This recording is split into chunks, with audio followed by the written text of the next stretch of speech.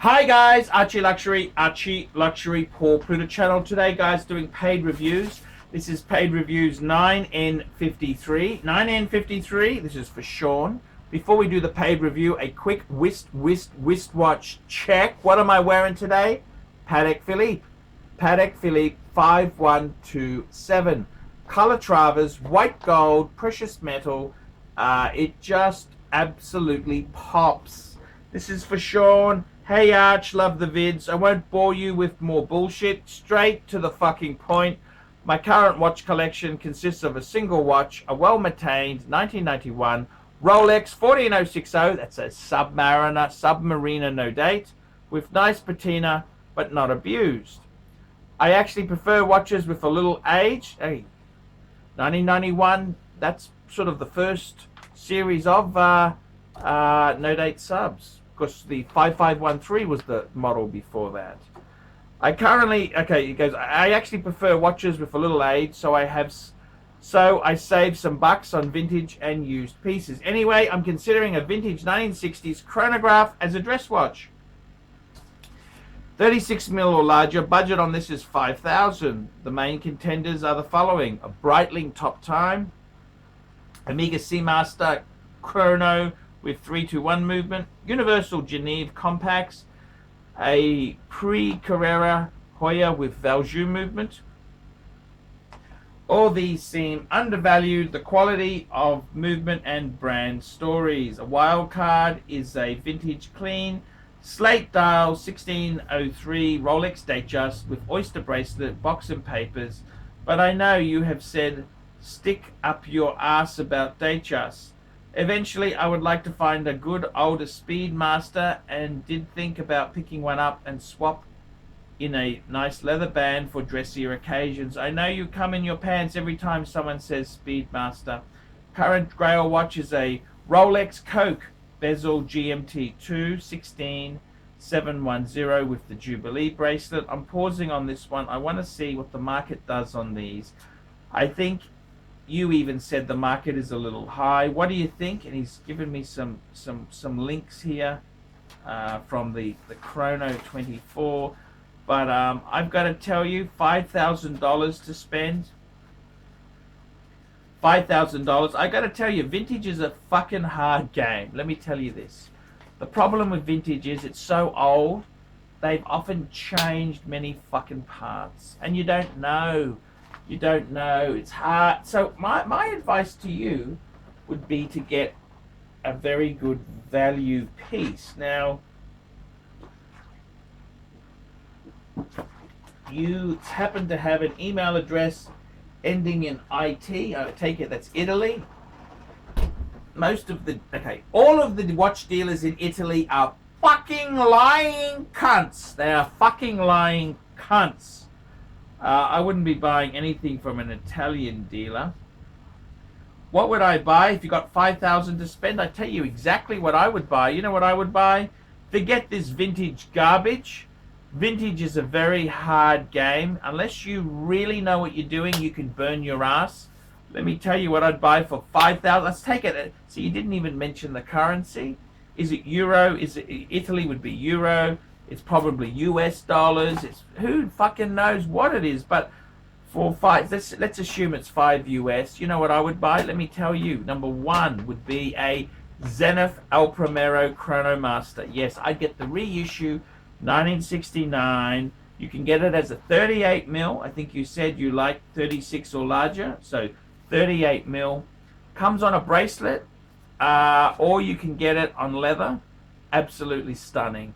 Personally, I had the open heart. 42mm.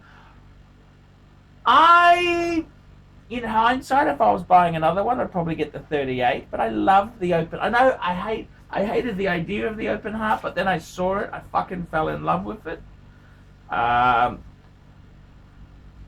reckon that Zenith is amazing. That Zenith was one of the first automatic chronographs. It was far better than the Caliber 11. That was a hodgepodge cobbled together fucking piece of shit. The Zenith El Primero movement was especially designed as an integrated chronograph from the from the word go. So my advice to you, I'd get a fucking Zenith. Okay, the Zenith, amazing. If you want retro good looks, another great piece for that sort of budget would be a Breguet Type 20. Now I know the Breguet commits the sin of not having a column wheel chronograph. It's actually if it is actually a the Breguet, it isn't a it is a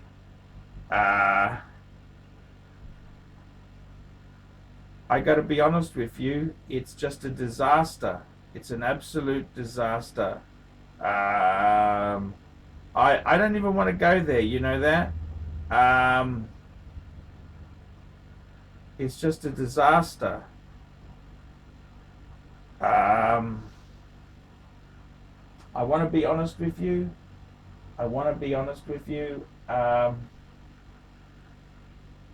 It's a little bit on the nasty side there. The Breguet, is it a real Breguet? Is it a poor man's Breguet? Is it a compromise? It uses a Lamania, but I think it has got some real substance. It's really good looking. That's the chronograph that got Archibald into chronographs. I never actually liked chronographs until I saw a Breguet Type 20. Then it just clicked. It just clicked. And I've owned a couple of Breguet Type 20s. And even now, you know, I look back on them and thought, fuck, they were a beautiful chronograph. Yes, they're a little bit delicate, but this vintage shit you're looking at, I gotta be honest, they're fucking very delicate. I reckon the Breguet Type 20, definitely. Erinvale or Transatlantic. Transatlantic has the date. Doesn't matter, they're both beautiful. Lamania used to make the chronographs for Paddock, so I wouldn't be wrong with that. And it is in-house because Lamania is owned by Swatch Group, who also owns Breguet. So I reckon Breguet could be a really big plus there. The other thing I would look at, you mentioned an Omega Seamaster. Move away from that. I would go for the Omega Speedmaster Broad Arrow. They came out early noughties, very good on the second-hand market. Want something newer? First Omega in Space is a great watch. Out of those contenders, I think if you're a real purist, get the Zenith. The Zenith Chrono Master El Primero. That's what I'd get. Get the 38mm, the reissue, the 1969 reissue. Fucking sexy. High beat movement. It's faster ticking beat. It's 36,000 compared to 28.8. 36.6 or 36? I can't fucking... Anyhow, you know what I'm saying? It's a high beat movement. Fucking amazing chronograph. Really fucking amazing. So, that vintage shit, I would tend to... It's dangerous. You can't wear it. It's just fucking trouble. But that's where I'd go. The Breitling Top Time, never been a big fan of that. They're soft. Breitling's toxic. Omega Seamaster. I understand you want the 3-2-1 movement, but fuck. So many of those are fucked with. Most of them don't work properly. A lot of watchmakers have butchered them. The Universal Geneve. Fuck that brand. That brand is toxic shit. And then a Hoya. Don't mind the Hoyas. Don't mind the Hoyas. Some really... but they were going crazy, but then they softened out a bit. Get a fucking modern, man. Get modern. I reckon, if it was me, I'd go for the Zenith. The Zenith shows you're a fucking watch lover. It's a cool watch. One of the greatest fucking automatic chronographs of all time. They didn't do a lot to it because it was fucking very well done.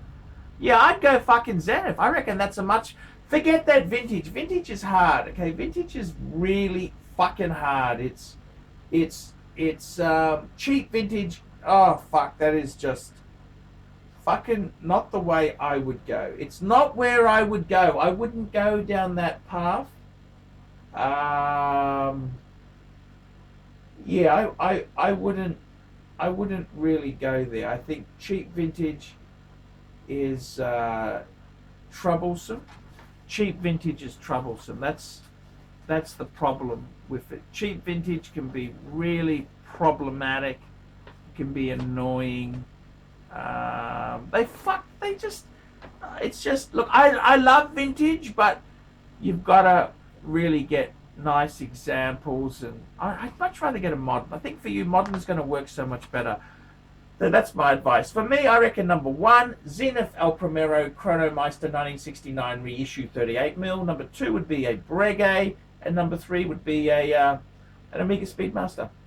Guys, like, subscribe, tell your fuckhead friends. Remember, guys, put some nasty comments below. And remember, man cannot survive on Google Ads alone. I need to earn a little bit extra. So the way I do that is by advertising on the fridge, or getting a paid review, or sponsor me on Patreon. Until next time, ciao fuckaroonies. David SW. David SW. David SW. Who does ArchieLuxury recommend is the greatest grey market dealer in America? There's only one choice, David SW. That's right, guys. I've got to tell you the honest truth. I have for a long time been looking for the perfect answer. Who do I recommend people go to see? Who do I recommend that people can go and buy watches? And I've got to be honest with you. The greatest pre-owned dealer for Rolex, Patek Philippe, Audemars Piguet is David SW. David SW. David SW. DavidSW.com. That's right, guys. I have been looking for a contact who I can very nicely refer people to. I am not in the selling business. Customer service, I'm too old to sell watches. I'm too old. I like to recommend my viewers to a reliable source. In Australia, I've got some great sources. There's Sydney Watch Exchange with Cove, Ronnie at Vintage Watch Co, Shani at European Watch Gallery. And in America, who is the best source for pre-owned Rolex? For all the hot models? There's only one person I would recommend, David SW. David SW, David SW. That is the premier source for pre-owned Rolex. I gotta be completely frank and honest with you. Guys, if you are looking for a hot Rolex model, there is only one place you can go to. David SW. David SW, David SW. Let's be honest, guys, there's no point schmoozing the dealers, the ADs. They're just a waste of time. Unless you're going to buy 20 pieces, you are wasting your time. What you're better off to do is pay the market premium and go to a good pre-owned dealer. Who do I recommend? David SW. David SW. David SW. That's correct, guys. I want to tell you this now. I 100% stand behind David SW. David SW, the greatest pre-owned dealer in the entire United States of America. That's right, the greatest pre-owned dealer for Rolex, for Patek Philippe, for Audemars Piguet, David SW. He even does things like FP Journe. David SW, David SW, David SW. That's right. If you want to buy a pre-owned Rolex, a Patek Philippe, Audemars Piguet, there's only one good source I would recommend. David SW, David SW, David SW. I'm Paul Pluta, the method actor who plays Archibald Chesterfield III, and I'm proud to recommend David SW. See you later. Thank you for watching this channel.